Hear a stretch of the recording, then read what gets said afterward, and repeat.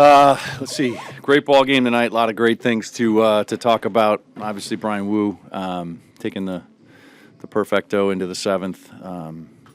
Outstanding effort tonight. He was really on the fastball. Thought he had great secondary stuff again today too. Nice play by Randy in left early in the game on the dive. Always good defense behind him.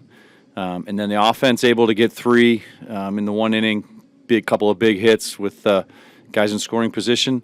And then adding on later in the ball game, like we've talked about so much, is just keeping the pressure on, opening the gap to 5-0, kind of gives our bullpen a little bit more room. And our guys came in, threw the ball really well, and just a good, hard fought from pitch one to pitch whatever it was with Mooney. Just a great ball game all the way through.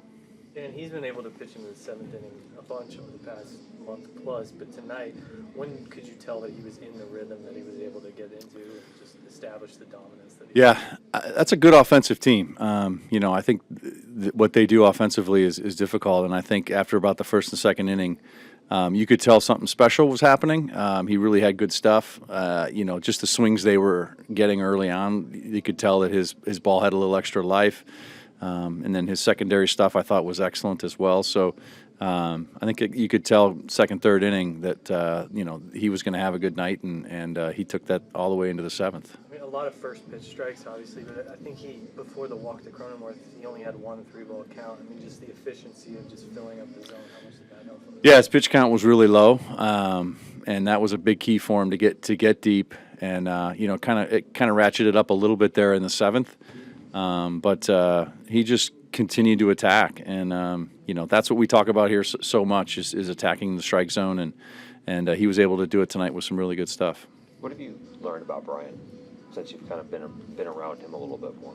Yeah, he's he's very businesslike and goes about his business, and he's kind of a quiet guy, but there's a lot of intensity in there, and I think we saw all that tonight, and it was an excellent. I mean, he had everything going. He knew how to use it. I thought he worked very well with Cal as well, and the two of them were in sync, and Bryan kind of took it from there. Dan, did you see that intensity when you had to go take the ball from him a little bit? It was a tough one. It was a tough one. I just thought it was a long inning, by far his longest inning of the night, and Cronenworth gave him quite an at bat. To get that win tonight, to get us deep in the game, that was just an outstanding outing for Bryan. And the efficiency has been such a big part of everything that he has done. Is that just a trust in throwing strikes, or is that the ability to get them to go after early in counts? What do you see from him that gives him the ability to do that? Yeah, I think he trusts his stuff, and I think he trusts that he can throw that in the strike zone.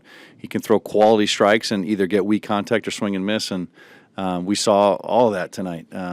Some weak contact and some swing and miss, and when he has the stuff that he has, and the fastball has the life that the 4 and the 2, and he mixed in his off-speed stuff really well, and when you're able to do that, I think you have a lot of confidence that you're going to come out on top.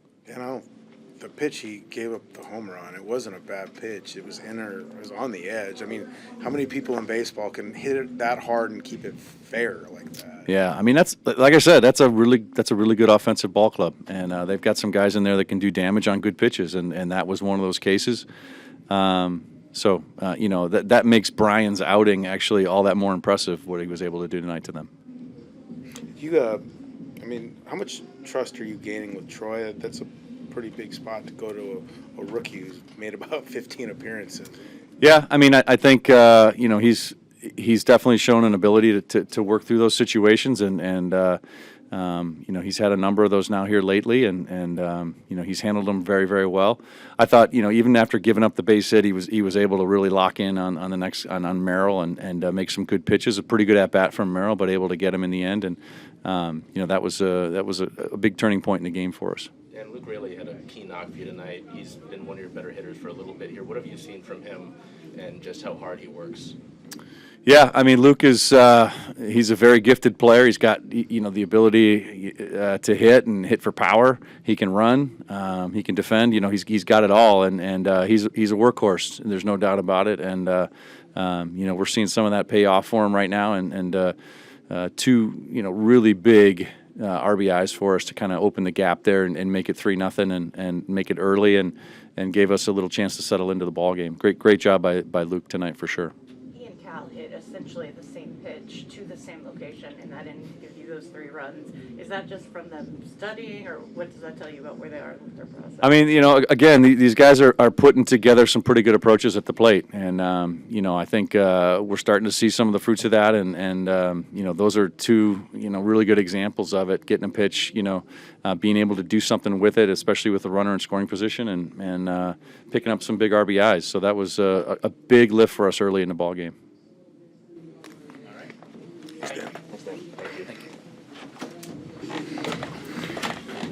Bryan, you look like you could chew through your glove as you walked off the mound there, but it seemed like with the standing ovation and your teammates standing there applauding, you lighten the mood a little bit. I mean, like how that little walk after all of that. I mean, it seemed like the realization was kind of hit you there. Yeah, I could probably still do it right now, but yeah, I mean, you're obviously frustrated as a competitor. Like, what you're doing is special if you just kind of stay in the moment. And credit to them. I mean, they put some good swings on some good pitches, and it is what it is. It's more just me wanting to finish the job and, at least finish that inning. And, Dan, we talked about it already, but just kind of long inning, really long at bat with Cronenworth, and then just kind of liked the matchup after that. So, yeah, it is what it is. I'm not, questioning any of his decisions, but just as a competitor, you want to finish that inning. Yeah, he kind of looked at you and he could tell, he even admitted that you were pretty intense out there on that one. Yeah. He hasn't been through this stuff yet. Yeah. How long does it take for you to kind of cool off from the frustration of that competitive moment to also realizing what you were able to achieve and the team did hang on to the win? Probably at least 24 hours. I'd probably still be frustrated the rest of the night. Yeah, not even that I didn't, whatever, the perfect game. It's more just pitches. Obviously pride myself on competing and not getting them free bases, so the walk, it's frustrating. But, yeah, I'll have better perspective probably tomorrow. Brian, the pitch wasn't. I mean, the pitch was it was on the corner. Yeah. I mean, how many guys can keep that fair and do that? What he did. It's a good pitch, good swing, tip your cap, profile, good pitch, good swing, tip your cap, and then, yeah, that's what I was just. Cronenworth was probably the more frustrating at bat, just the walk. At what point early on did you feel like you had either more life on the fastball, or just felt like you had them off balance at the plate? I think it's more of like rhythm with, mechanically and attacking the zone, and you're not really thinking too much about, spots and whatnot. I think early on, especially, it's weird. You have those days. It's like I didn't feel great in catch play. I didn't feel great in the bullpen. Just kind of all over the place, and then you get out and it just clicks. Like it's just a weird game. But yeah, I guess after probably a couple innings, felt like we were in a good rhythm with the fastball, getting the off speeds kind of underneath, and good spots that I like, especially later in counts and finish counts. So I guess probably a couple innings in, but yeah, you try to kind of just stay focused, stay present. That team makes contact more than any team in baseball. I mean, how does that impact your approach, or does it at all? Does it steer you from, filling up the zone the way that you do? No, not really. I mean, yeah, I mean, I'm going to go at them regardless. I think if I can get some, quick at bats and quick outs, then I'll take them all day, and thankfully I did. Kind of didn't really do as good a job, I guess, in that last inning of, but yeah, I mean, I'm not really trying to change too much. If I get quick outs, I get quick outs. If I don't, I don't. But I'm still gonna go after them. How about the cleats? Where did those go? Like they were going pretty mainstream. Yeah, my agent reached out and he was like, "Would you be open to doing something like that?" And I'm not really too flashy. I think I've worn the same pair of cleats every game the last 2 years. A little bit of superstition and comfort. And I told him it has to be this specific cleat, and like I kind of just fits my fit well and whatever. And he was like, all right, well, if I do all that stuff, like, would you wear them? And I was like, yeah, sure, why not? So yeah, going a little bit out of my comfort zone, but sticking with them now. Yeah. So did Pitching Ninja connect with your agent? Is that how? Yeah, I think I've had a good connection with him, and then he kind of reached out to make sure that it was okay with him too. And then, but yeah, Rob's great. Like, I really, really appreciate like everything that he does for the game, and like growing up, especially in college when he kind of got big. Like, I learned so much from his stuff, and like watching all of his interviews, watching all of his stuff. Like, you get grips from this guy, and like, it's especially as a pitcher, like that's the stuff that you really, really appreciate of like truly growing the game and truly trying to help like the next generation of getting better at pitching.